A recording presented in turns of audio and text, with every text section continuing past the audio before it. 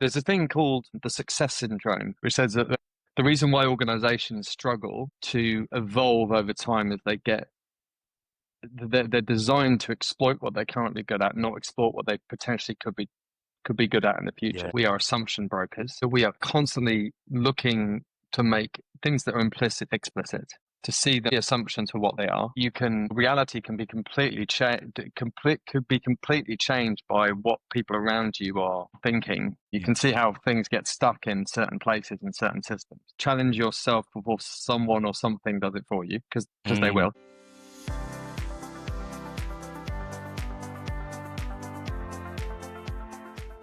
Welcome to Strategy Meets Reality podcast.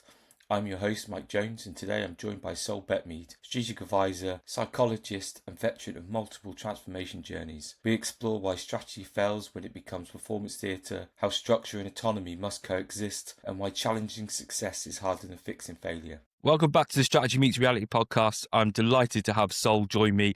I've been trying to get this together for some while, but Saul's a very busy man, so I'm lucky to have you on the podcast. Welcome. That's very kind of you, Mike. I think we're both very busy in the right way, in the right sort of way. Yeah. I think. But it's so good to finally get you on. And for our listeners, do you mind giving a bit of background about yourself and a bit of context about what you've been up to lately? Yeah, so I started off in cognitive psychology. You'll see that's a kind of red thread through my whole life. I then spent most of my career up until the last 10 years in kind of senior positions in marketing and advertising brand world. I ended up as the CMO, the Chief Marketing Officer of the UN World Food Programme, which is the really big one. A remarkable organization, kind of feeds 140 million people a year. It's the backbone of the UN. Now I do a lot of stuff on my own. So I describe it as three hats. I'm a consultant. So I work in strategy and innovation space, as well as working for the Centre for Democracy and Peace as a kind of a leadership facilitator for them. I'm a coach, so I do executive coaching with teams and individuals and life coach. But I'm also an associate fellow at the Business School in Oxford.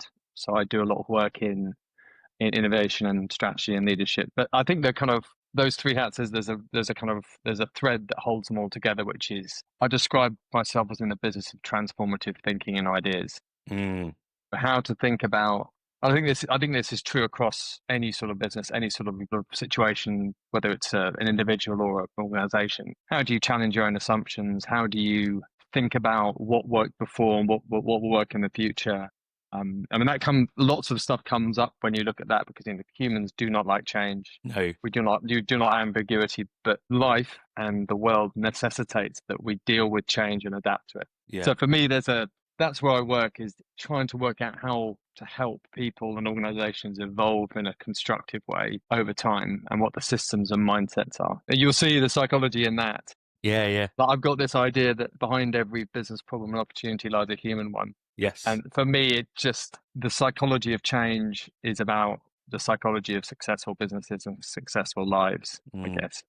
So that's the kind of world I operate in now. And I get it. And I often, when I speak to leaders and stuff, I said the biggest challenge you've got, yes, there is complexity and it's very uncertain, but the biggest challenge you have is your ability to challenge your own assumptions and maybe even deconstruct your worldview for something new. And I was watching at the weekend, because I love it, because it really rich in this thinking, is the film The Big Short. Oh, yeah. Yeah. And, that was all based on people's belief and assumption that everything was going to be stable, it is all true.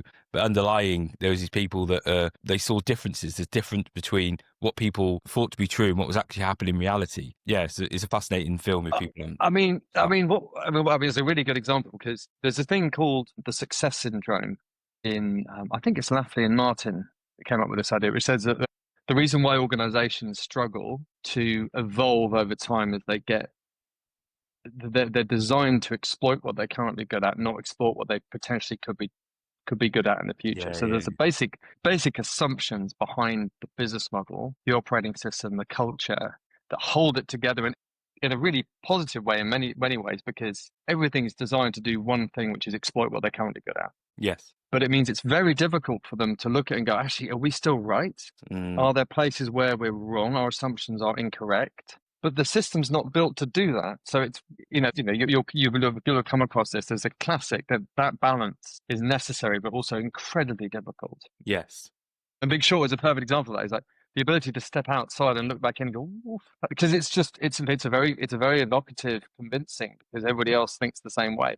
Yes. And I remember there was a study, I think the FBI done it, I believe, where they got all these people in the room. Everyone was an actor bar one person, and they put up an image, and everyone in the room. Yeah, I can't remember exactly what the image was, but say it was a bear image, and everyone. So the person who wasn't an actor was at the end, and everyone had said that the image was a tiger.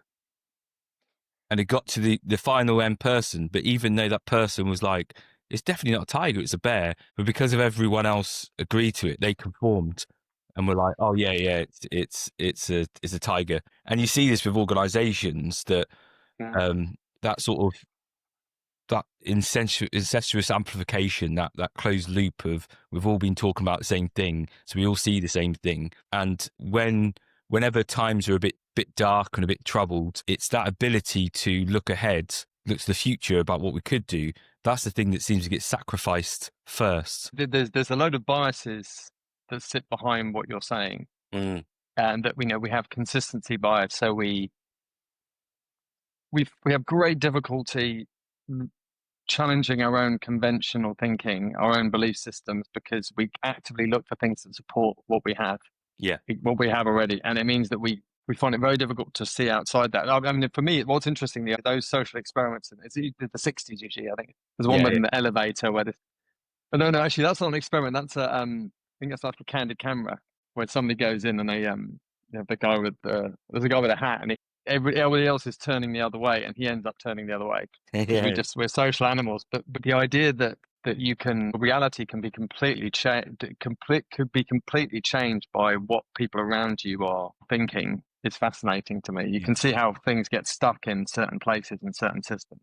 And that's where you look at, I often challenge the orthodoxy around strategy. And I know we've had, interesting back and forth around my view on, strategy being hijacked by marketing, and, strategy is not strategy. It's just a branding exercise. And also about how organizations have structured themselves in such a way that the traditional view of stability and certainty is prevalent in our thinking in organizations. Yeah, I mean, I know we talked about this briefly last time, the idea about vision statements, mission statements.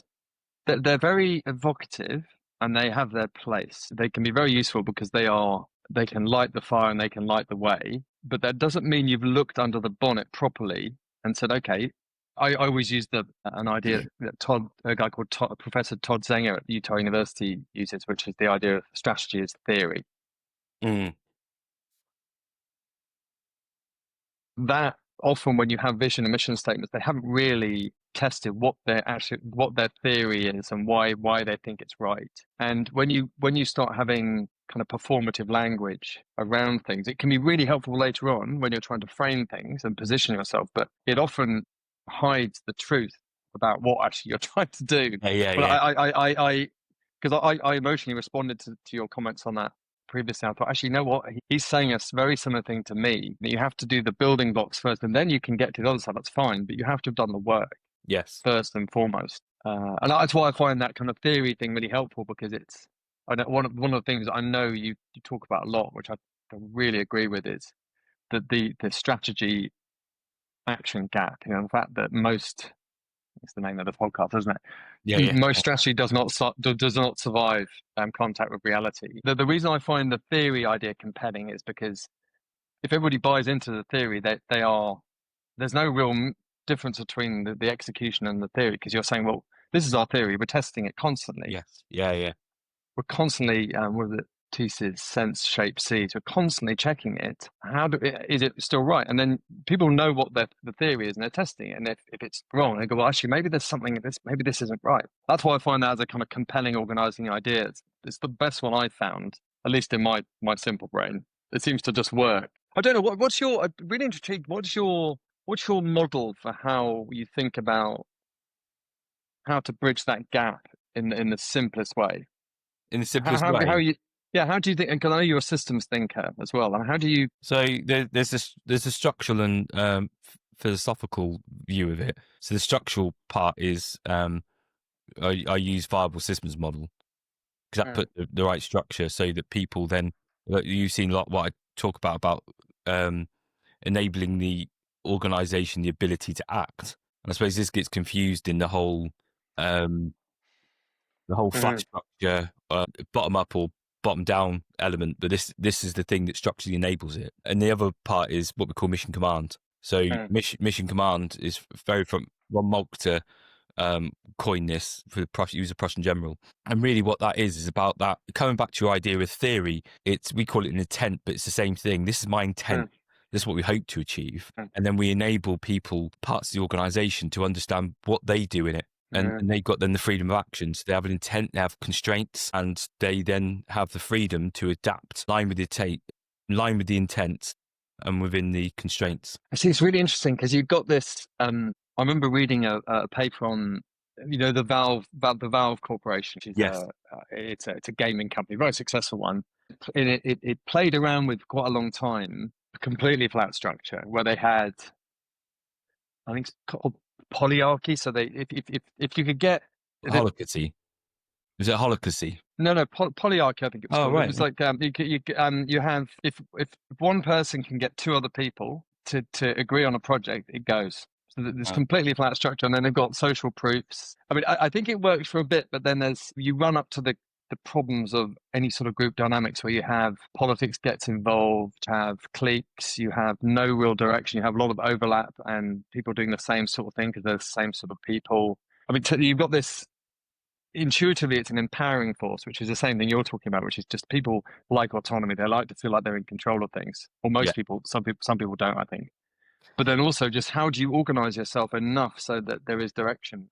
I know for me, I'm just thinking about this. I think there's the explore exploit thing. The exploit Yeah. thing, I think I think there's more need for control and operational excellence, operations when you're scaling. But in the explore thing, I think the idea of um, having complete autonomy with a bit of guidance is really helpful. So they can Yeah. play around with things, but in the context of a culture that works and helps them organize themselves. If that makes sense. Yeah, it does. And I think the biggest challenge when we talk about this, and this is really useful for strategy and especially execution, is that we sort of get bogged down by this idea of silos. More and more recently, I've gone against the idea of silos, that they actually exist other than the construct, because when we have teams, I want those teams to be, and we know that closed teams are more self-policing, they're more supportive, but the challenge is that the more closed they are, they tend to have more redundant information. So, Mm, we want a bit of openness so that people can go and pollinate new ideas and bring them in. But the thing is, I don't particularly care if this team has much empathy for the other team or this team has in detailed knowledge of this team. Because what you find when they come to like performance reviews or things like this, where the leadership teams come together, they seem to spend an inordinate amount of time talking about detail within their team that is just not mm, relevant to what we're trying to do. That's your team issue. But where I think they get wrong is they then go to this point where they go, well, we need to have a let's work better together day, where they just like, I'm going to be really cynical, they just throw tennis balls around each other, high five each other and hope that, things go well after they've finished the Go 8. Where really what I think they need to work on is more structural. So it's coordination. So how do we get these teams, these independent entities that have got their own outcomes that they need to achieve? How do we mm, now enable them to be autonomous as possible without messing each other over? So we'll have good coordination.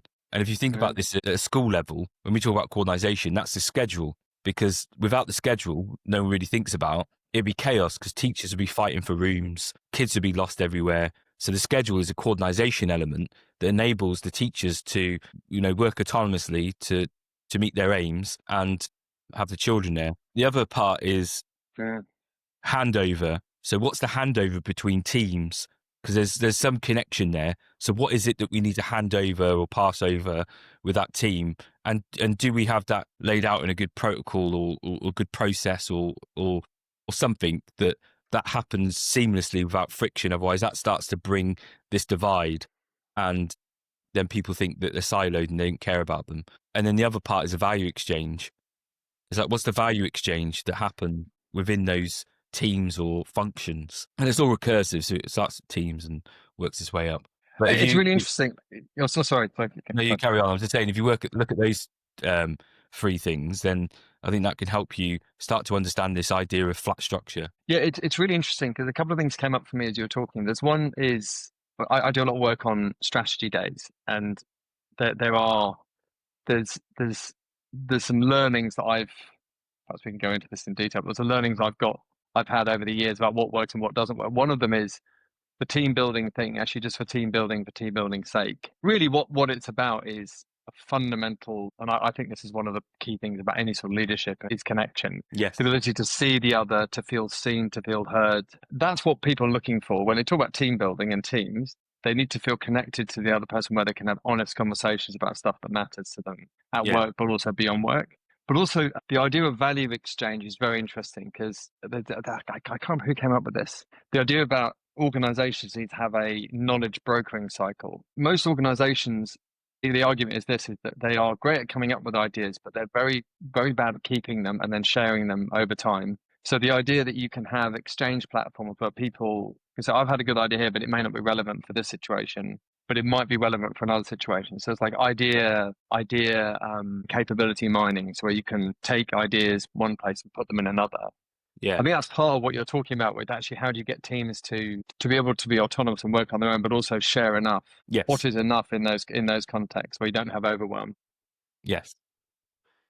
And overly restrictive, because that's where there's always a balance to be played between control and autonomy. You need enough control because, well, we call it coherence. So enough coherence that that clear intent, that enough that bounds the organization together. So if anything happens or things change, they're not going to fall apart. But we don't want to be too autonomous, because if we're too autonomous, all that's going to happen is those teams are just going to fundamentally mess each other over. You're going to have real big issues. And I think, was it Ford, I think, had this problem because they had like multiple teams that then started competing against each other, different models, which you don't want. And then you don't want it too controlled where they're so restrictive that they can't act and become so stiff that as soon as change happens, they just shatter. I also think there's it's really interesting theme here, which is I think there are different kinds of people. I think there are some people who really like autonomy, some people who really like the ability to be creative in the way they work and what they're doing. But also there's a lot of people who quite like rules and guidelines and they don't really want that much freedom. That sounds slightly ridiculous. I think there are different kinds of people and they operate in different ways in different organizations. I don't know how that would work within that. Well, the team structure you're talking about. I think a lot of it's naturally where they're inclined to what industry or work they go into. Because if you think about it, what we're talking about is constraints. So, and not all constraints are bad. So some constraints are good. They're governing constraints. Like, for instance, we've got roundabouts and road signs, and that's a good governing constraint that brings order into what could be a chaotic system. I've driven aboard in a lot of countries that have a lack of road signs and things. There's absolute chaos. And that's the same. You'll find that people that really like order and probably a bit more restrictive constraints are probably more inclined to stuff like safety industries, accountancy, where it's very kind of black and white, where you find that people that want a bit more will go to different industries that are less defined, and probably rightly so, like more innovative places. Well, I wonder whether I'm being a bit binary as well, which is, I suspect, like all things, it's never black and white. I think it's probably context dependent. I mean, if I speak for myself, I think there's certain places I like more rules, and there's certain places I like those rules to be removed and just have freedom of thought. But the idea of, and this comes from the creative industries as well, discipline equals freedom. There is nothing so empowering as a tight brief. So you kind of know what your idea of constraints, you know what constraints you're working within. Therefore, you're probably going to be more creative in that context. Yeah, because you have to be.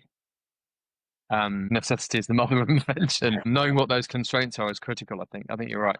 Yeah, and I think that's where this whole neo sort of thinking around flat organizations is not new. Stafford Beer and that talked about this a long time ago. Even if you look at Sun Tzu's stuff, he was talking similar to this type of idea, 300 years before Christ. But there seems to be this incessant need to create, what's it called, nice language around, flat organization, bossless organizations. And then but they don't understand the right level of structure and what needs to happen to enable that. So it goes too far. And then and you're right about that. Just enough clarity is crucial, because if I've got clarity, I've got focus. If I've got focus, I can make sense of my choices and adapt, be more creative and have a greater initiative. But there then seems to be, and then maybe I've just been cynical on this, but it seems to be this thing where they go, well, no, I don't want to give too much direction because I don't want to micromanage you. And I don't want to put too much structure in because I don't want to, I want to have a flat organization. And they then wonder why it starts to drift from an ordered system to a chaotic system pretty quickly. I'm just wondering whether there's okay, so using the model I was talking about, let's say you've got a theory at the center, which is your intent, and then but around it you've got culture as an operating system. I'm wondering whether, let me think about what do I mean by that. So, you've got a load of behaviors, you've got a load of principles / values around how you're organizing yourself to deliver and experiment around those theories. I'm wondering whether, I'm thinking out loud now. I mean, it's interesting of the idea that when you have cultural boundaries, you kind of know what you're supposed to do and how you're supposed to do it. It's a bit similar to your example you were giving before about seeing a tiger when you looking at a cat or looking at a lion. The culture can be very powerful organizing principle that is flexible in nature. Does that work? I think it might work. Well, this is where I'm more and more going down my thinking around. Is there a culture? And that there is, obviously there is the thing we come in. But is there, like, people talk about, we've got an innovative culture, we've got this culture. Where I'm thinking, is it more just about going back to what people need and want, which is autonomy? And is it just about a decentralized culture where values then come really important? Because at the moment, I could be quite cynical about values. I am very cynical about values, let's be honest. And I think they are important, because really, when you think, what is values? Values are what we deem to be important. And on a personal level, our own values shape how we make decisions. They are important to filter. So we use it almost like an option select, consciously or unconsciously, to make decisions. Where if you have a decentralized culture, those values come really important, because those people at the very front line that are making the day-to-day decisions, are they actually using what we deem to be important as an organization as a filter for those decisions? Or are they just this exterior noise that appears on my screensaver every so often, but actually doesn't inform my thinking? I have a similar response to values. The reason I struggle with them is because most people, most of the time, are going to agree to most values. Yes. Yeah. Honesty. Nobody's going to disagree with that. Integrity. Nobody's going to disagree with that. Innovative. Who doesn't want to be innovative? I prefer principles. And the reason I prefer principles is they are guardrails, they're red lines. When the shit hits the fan, you know what you do and do not do. And there's a trade-off. I think it's I can't remember who said this, but the principle is only a principle when it costs you something. So you know that there are lines that you cannot cross. Often you get into how you're doing things. So there might be an ethical or social or climate dimension to that. But if you give people principles, they either agree with them or they don't agree with them, but they know what to do with them. Whereas values are very soft. And I think it goes to the same pot as the vision mission thing. They have their place, but right at the center of things, principles are much clearer because they're deterministic. You just know what to do with them, and if you cross the line. I think this is the same in life. You kind of know what your principles are, and when you're not comfortable with your principles. Yes. They're just more awkward to talk about because they're very definitive. Yeah, and I agree. And there's a client I worked with, and they got a really interesting principle. Well, they call it a value, but it is more of a principle to them. It's called Yes, We Can. And it's not like your traditional sort of value around, honesty or innovative, but it's more of a principle to get people to think about what they're doing, because they were traditionally quite a dismissive organization. And when you're thinking about challenging that tension between today and tomorrow, that principle helped them to think about, actually, before they do anything, just the first acceptance is, yes, we can. Then we'll think about what the options are and how we do it. But I think it was quite interesting. Hold on, no, we can't. Yeah, exactly. Yeah. But I think, and that's the challenge. They could look at it and go, actually, it can't work. But at least, I suppose it comes back to your very first point around that cognitive bit around homeostasis, and are we willing to, what do you call it? It wasn't change your worldview, but it was, challenge your assumptions. And I think that's what that help them challenge their assumptions first. What's fascinating about that is I've got this other kind of idea that I use, which is challenge yourself before someone or something does it for you, because they will. Yeah. What's interesting about the yes we can idea is it starts off on the premise that, look, there's things that we perhaps haven't thought of. There's belief systems that have held us back. What happens if we push it? What would have to be true for that to work? And for me, that gets us into the innovation space, which is belief systems, strategic blind spots are usually the barriers to interesting stuff. And what's nice about that line is you say, actually, what would need to be true for that to be right, rather than that won't work. Yes. I mean, it's very easy. We as the psychology of the humans, we find it much easier to see negative things than positive things. So just that intent is interesting to me, because it gets around the challenges of success syndrome that we talked about before. But belief biases, it just forces you out of your comfort zone. Also, it's nice. That's why Obama used it, I think. It's just It's about hope. It's about belief. It's about positivity. I can see why that would be. I mean, that's it. But that's an interesting tension between what we were both agreeing on before, which is like the vision mission thing, and what did you call it? The hijacking of strategy by marketing, which I think is a fair point. That's an example of where a simple idea can embody a philosophy that really is very helpful in the day-to-day existence of the company. Yeah, and it comes back to your point about the theory. This is a theory, and I'm very much believe in that this is our intent, and this is where this is what we think will happen, and we're going to look for these things. But then it's the people that are on the ground that are enacting this stuff, and it gives them enough to be adaptable from. But you've got to have those feedback loops for that theory, otherwise that theory just remains just a vision statement. No, totally. There's a Warren Buffett quote. I think he says that the biggest danger of companies is complacency.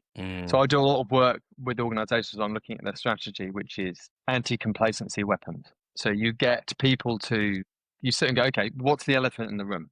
What's our elephant in the room? And you don't just ask the leaders, you ask the employees, the people at the front line, and they're often anonymized, and they'll give you very interesting answers, because they might say, actually, well, the competitor A has started doing this, or this technology is challenging the assumptions of our fundamental business model. We haven't really thought about it, have we? Or things like, where are we lying to ourselves?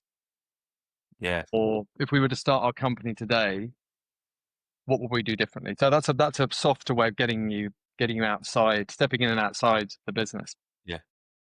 Often the people at the front line know more, even though they may not be as senior, they know more about the context in which companies playing, organizations playing, than the people in the leadership. So the idea that anti-complacency systems should be part of the DNA of the company, I think, is an interesting one. Yeah.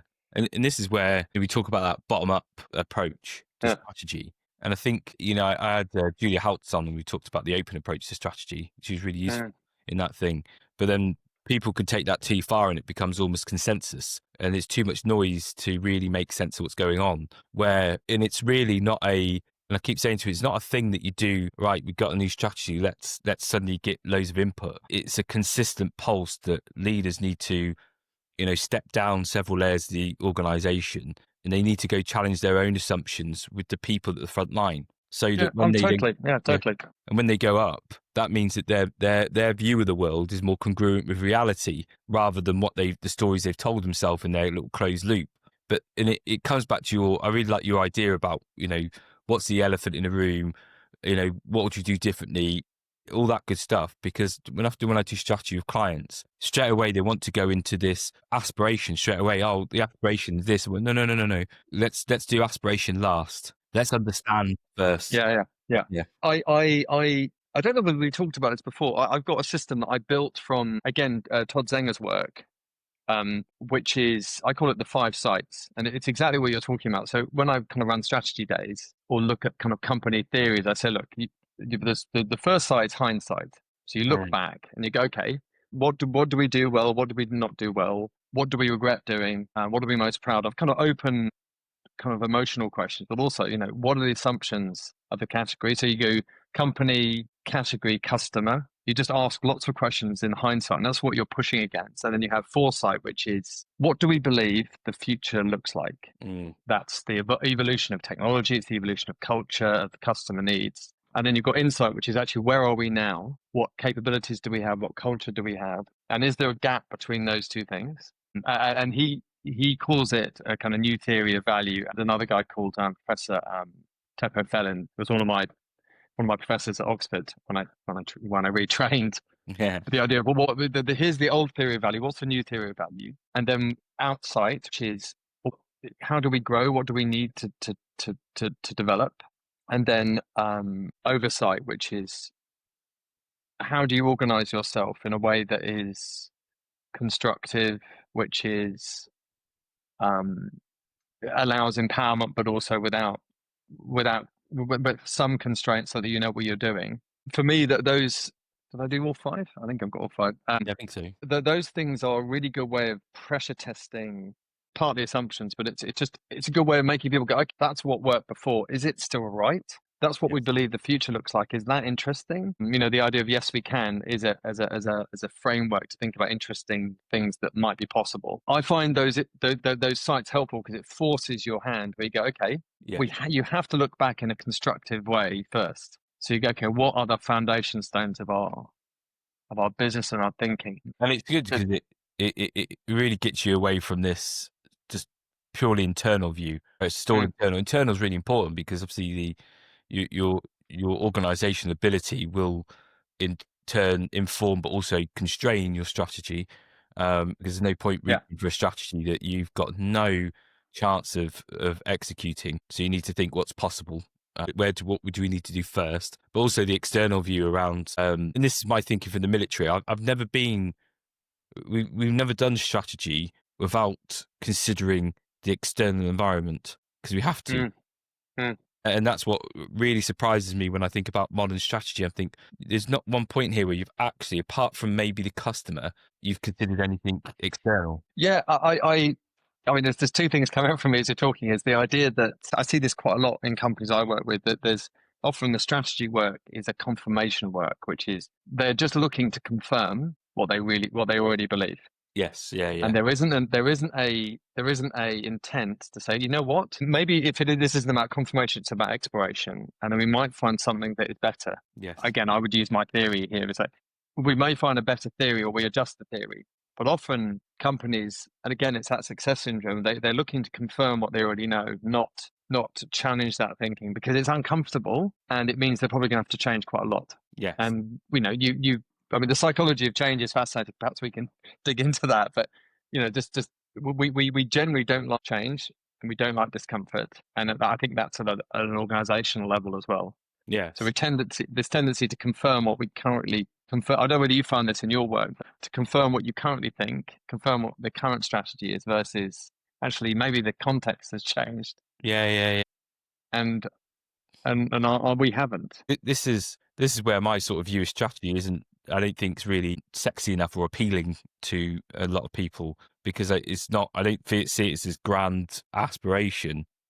I look at it as a pursuit of viability, because that's what it is. It's just an ongoing pursuit of viability. It isn't a 10-year plan. It isn't beyond that. It really comes back to, yes, we will look for the future. Of course we will. But that's got to inform today's decisions around, what affordances do we have? What are our adjacent possibilities that we could have? It's all about the action, but it's always in the pursuit of viability, because if we don't have viability, and that viability encompasses, our products, our services, our stuff, but that's like the lifeblood, the connection to the external environment that keeps us viable. And if we don't look to see how we can adapt it, prove it, or prove our fit with the external environment, we'll cease to be viable. Pursuit of viability. I mean, it's an interesting question that sits behind that, which is, at what point, how do you know what viable means? And then at what point does it become unviable? If you've got organizational buffers that protect you from understanding, or blind spots. Actually, you know what? This isn't viable any longer, but fuck it, we've been doing it this way for the last 5 years. Just don't tell anybody, because I'm not going to get judged on it in my performance review. For me, what's interesting is what's coming up is the idea about how do you take people with you, and the pursuit of viability is, because it feels quite, as you were talking, it feels like it's not sexy, but it's real. How do you take that and say, okay, how do you make that pursuit of viability to something that is has emotional traction with the most people inside and outside the company? And this is where you get into the soft stuff of marketing. Is actually that's where marketing's place is, which is, I think, it has lots of benefits and lots of ways. Perhaps we can dig into that, but it's very good at framing things so that the pursuit of viability actually becomes quite a powerful, engaging thing, rather than a functional thing, if that makes sense. Yeah, and I agree. There is things that branding and marketing are really useful for, but it's again, it comes after, like you said earlier, you've got to do the work first. But this thing with change, and it'd be great to explore that with the idea, because it makes it really hard, at an organizational level, for people to want to change. Because one, a bit like we were talking earlier, when things get tough, we remove the thing that enables us to change, i.e. we go very efficient, as in lean. So we move all spare resources to hand to change. The people that we need to change are still the same ones that are trying to exploit what we have today. They're always going to go through what they are today, because that's what their performance managed for. And then a lot of the time, there's this idea that autonomy. So people don't resist change; they resist change being done to them. And I think that when people are trying to do change, it's knee jerk a lot of the time, because they've lost that foresight. And two, they define how too many cursive levels down, so people haven't got the freedom of action to adapt. Okay, I understand what you want me to do.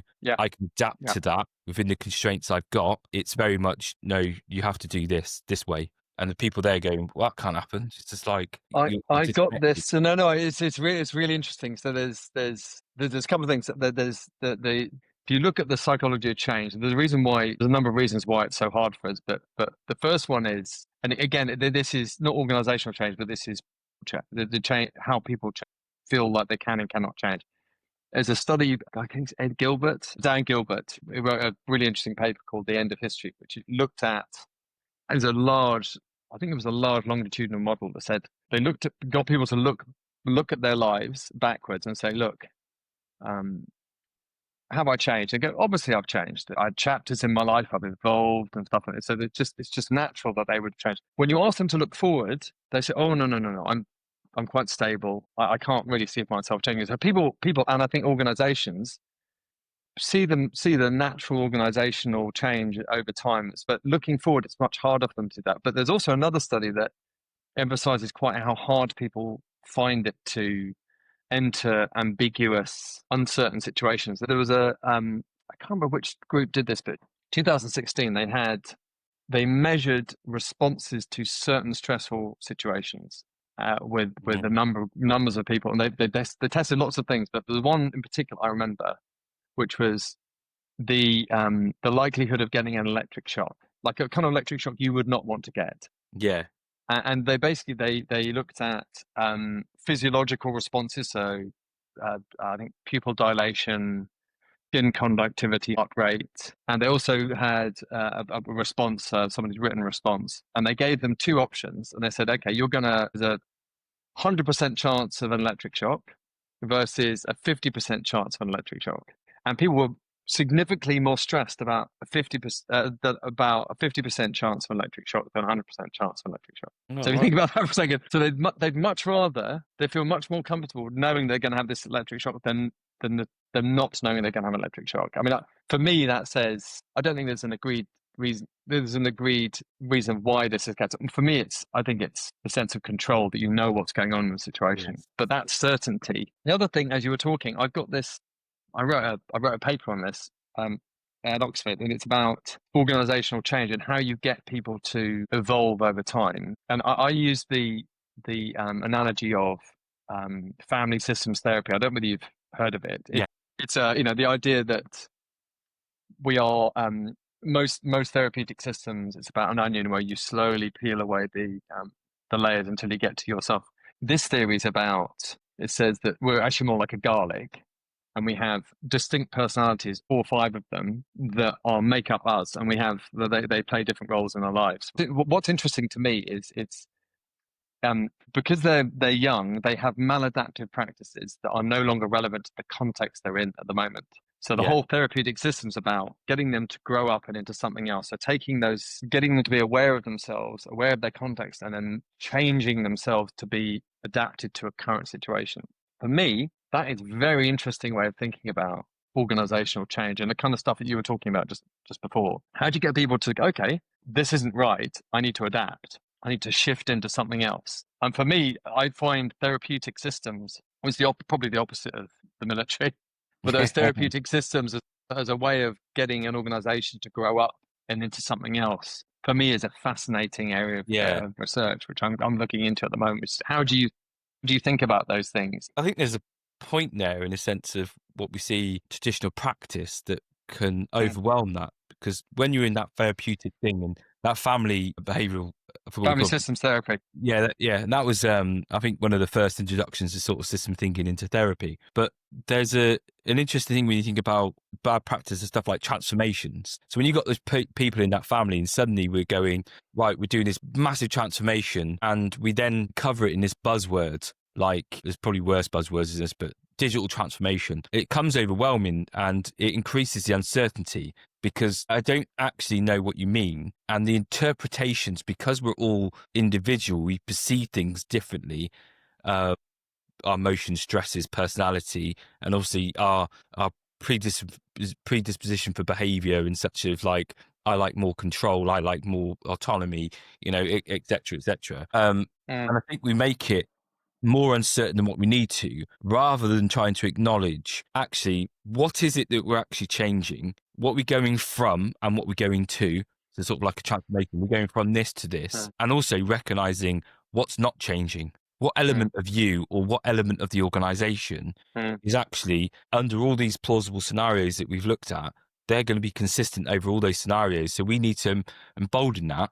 And what it does then, it makes it a lot more less uncertain, because I could put my focus and my resources, limited resources I have, into things that are going to change, rather than trying to stretch my thinking and resources, be it emotion, be it actual physical resources, over several things, not knowing what's going to change and what's not. I think there's a really interesting theme in what you're talking about, is that we have a tendency to overemphasize the change and not what stays the same. Yeah. And at a really basic level, most people in most organizations want to know, I get we're transforming, but what does that mean for me? Why should I care? But also, really importantly, how does that change and that ambition align with my ambitions and what I want? Yes. And often that's missed. I think that's missed in those transformation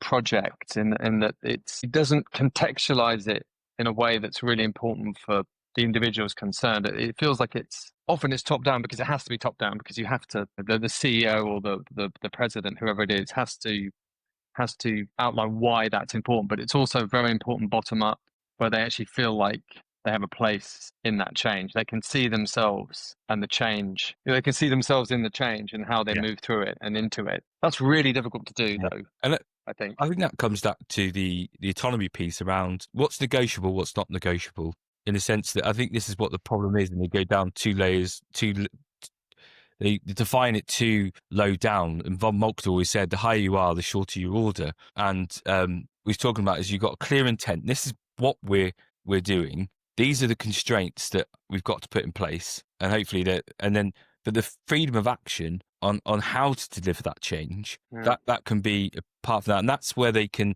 overly sense make and see what that possibility is and adapt. And you get speed of execution, but also you get more investment into the change itself because they feel like they're part of it. They're constructing themselves. I think that's really crucial. And then also, when we're doing change, it's the same at organizational level or human level. When we're looking at change or we're looking at something that we didn't think was possible, we want to make sure that we've got the belief and the resources and the time on which to do that change. Otherwise, if we don't believe that we have that, then it becomes very difficult to enact that change. It's almost like, this is really probably not a great analogy of this, but imagine I'm going to go do a London Marathon. The furthest I've ran before is to the fridge to get a Mars bar. That's quite an overwhelming thing, and it seems really uncertain. You don't know where to start. But then if you couple that with, do you know what?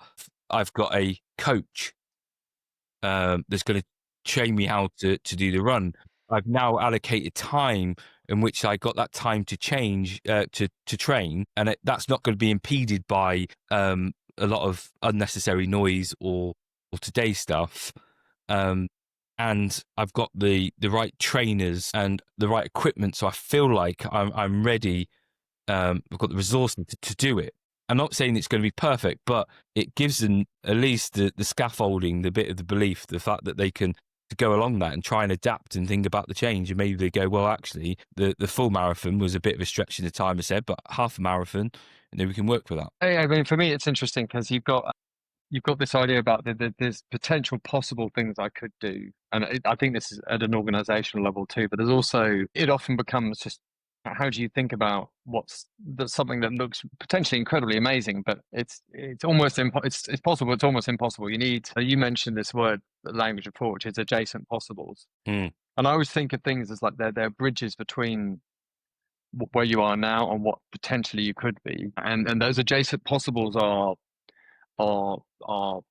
like capability bridges. They can be network bridges. The things that allow you to get closer to something that feels like it's out of reach. But it's similar to your marathon idea, is that just you break something down, but then you have things that feel like they're easy to get hold of, and breaking them down into interesting potential things by adjacent possibilities, I think is quite clever. We need It's not my idea, it's yours. No, I think it's co-created. And that's why I like these conversations, to really challenge and have the space for conversation and to things. We're not here to nail it and get there, but just think about, a lot of it's this baggage that we carry, and I think there is a lot of baggage that organizations carry and humans carry about what we should do rather than what we could do. See, totally. I mean, this is why the hindsight thing I find really interesting and useful, because it forces you to go, look, are we right? What was working before? Is it still right? The emotional baggage, the functional baggage, the legacy systems and thinking is often the biggest problem companies have. Not competition moving in a particular way or new technology. I've got this idea that technology is only as disruptive as the thinking and beliefs around it. If you open the page of any sort of magazine or newspaper, AI is going to be dominant. Yeah. How is it challenging assumptions first and foremost, and what thinking systems are built around it? That's what really succeeds. But that's the really hard bit. Yeah, that's the really hard bit. It's seeing what others can't see. Yeah, and I think we build this, and John Boyd talked about this. We build this internal inertia that we end up spending all our time feeding this internal machine, without actually, bringing in some critical thinking to actually, what are we doing? How is this helping? And really getting back to, I was with an organisation only this week. No, it's Tuesday. It wasn't this week. It was last week. I'm losing my mind. But no, I know how that feels. Yeah, and really, it was quite surprising to really challenge them around what was their primary activities, what was the things, the value that they have to the external environment that is the reason why they exist. And I'm not talking about some existential purpose thing, but this is really getting back to the thing why. And it was interesting just across this executive team, there was so much disagreement. And I was like, if you can't agree, if you can't be clear of fundamentally what that is, then no wonder the rest of the internal is just noise. It's really interesting. I mean, we circle back to the beginning, which is the idea about looking under the bonnet and working out what a organization is for and why it's different. Even within really tight teams, it's very unclear what they think their strategy is, and it's often very unclear how they then explain that to the world. And that's why I think having I like the idea of theory, but having a theory that is formalized and people can go, yes, I agree with that, or I don't agree with that, and that's right and that's wrong, is really, really helpful. But I mean, most companies, even within most companies, they won't have a consistent view of what they think strategy is. And they certainly won't have a consistent view of what they think their strategy is. No. And that's really, really, it's enormously problematic, because you end up in the kind of conversations you're talking about, which is actually they can't agree on what makes them special. No. And why they should keep doing that versus doing something else. Yeah, and that's pretty fundamental. And I think a lot of things they focus on the structural complexity you have, but I think they neglect the perceptual complexity. Actually, the fact that it is a collective system. We are a collective system, but we're individuals within a collective system, which is a great strength, because we have that diversity of thought if we allow it, and we can see more of what we don't know than what we think we did know. But the challenge with it is because we're individuals in the collective system, we have this inherent perceptual complexity that is hard, because all if we had a big sign behind us that was saying what we thought, it would be a lot easier, but we don't, because it's all implicit here, and it's how do we get it explicit so that we can then see the difference. Well, I do think, I mean, the idea about what remains unsaid, are there hidden truths about this stuff that, I love the idea about, actually, what are people actually thinking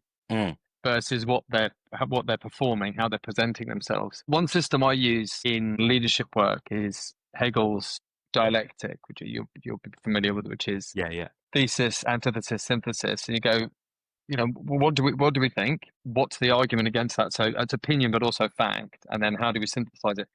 The way I like to think about it is, I got this from the Archbishop of Auckland. He says the thesis is what is true, but then the antithesis is what is also true. Yes. And it forces you to go, actually, I mean, this is very interesting in any sort of political discussion, because different sides of the political debate will just think that they're right and that their truth is the only truth. Actually, no, that's not true. But it comes when you get into those kind of management conversations. You go, okay, but this is true, but what happens if something else is true? Maybe your capabilities aren't as interesting as you think they are, or maybe a new competitor has come on that undermines what the customer believes to be interesting about your work. I mean, those systems they're kind of fundamental thinking systems that organizations need to have within them. It's also the argument for consultants. I know consultants get a lot of shit. A lot of it's probably justified. The reason for consultants being useful is they are able to help companies step in and outside of themselves. Yes. But, perspectives are very difficult to come by, especially in systems that what did you internal inertia? I really like the idea of just they're compounding forces. They hold things together rather than opening things up. They close before they open. Yeah. I think that's true, and I very much agree. Well, I'm a consultant, so I'm going to agree with you at that point. So am I. So, but you're right. But this is a challenge I have for a lot of organisations. I've had this recently with people going, "Oh yeah, we've gone for this person because they've got experience of this industry," and I get it.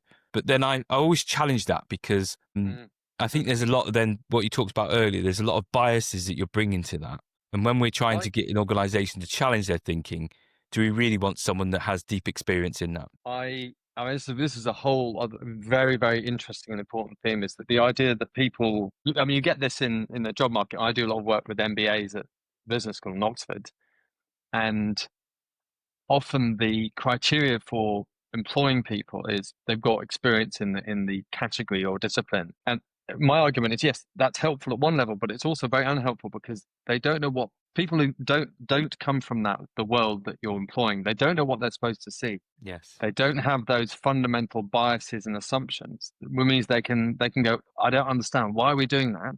But they'll ask questions that are really helpful they're awkward, but they're useful questions. Yes. And it's the argument for diversity. Yes. Is that you get a load of, what you don't want is a load of people who think in a similar way. Now that they could come from very different backgrounds, but if they're thinking in the same way, that's hugely problematic from a driving, a assumption challenging, possibility embracing thinking system and strategy that you end up with. I mean, that's why I found the whole DEI thing just fascinating. Is like, now that is a really, really bad idea. Now you've politicized what is essentially the innovation engine Yes. of most organizations, and I include governments. Be very careful. The diversity of thought is unbelievably important in any sort of organization. Yeah, because we always talk about the darkness principle, due to the fact that darkness principle. Yeah, it's because it's so because the world is so complex, it's impossible to.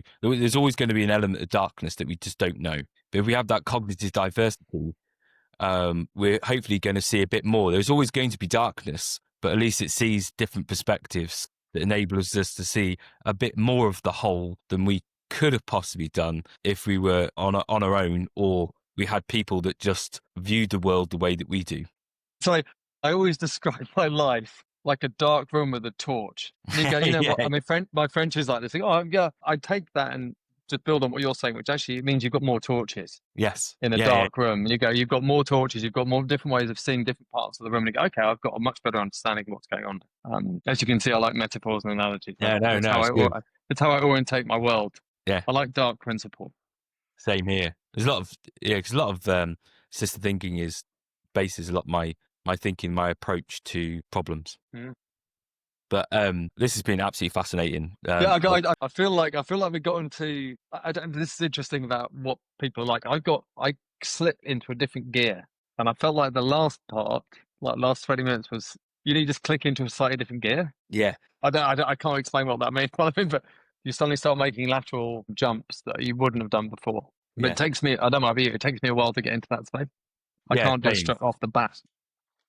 Yeah, and I need people that are willing to entertain and go into that, and I think you were fantastic for that, because you're, and this is why I love this podcast. People are open for a discussion. There's not set questions. It's to explore and test and challenge my own assumptions about things, and I think you've done that really well today. Thank you. I hope so.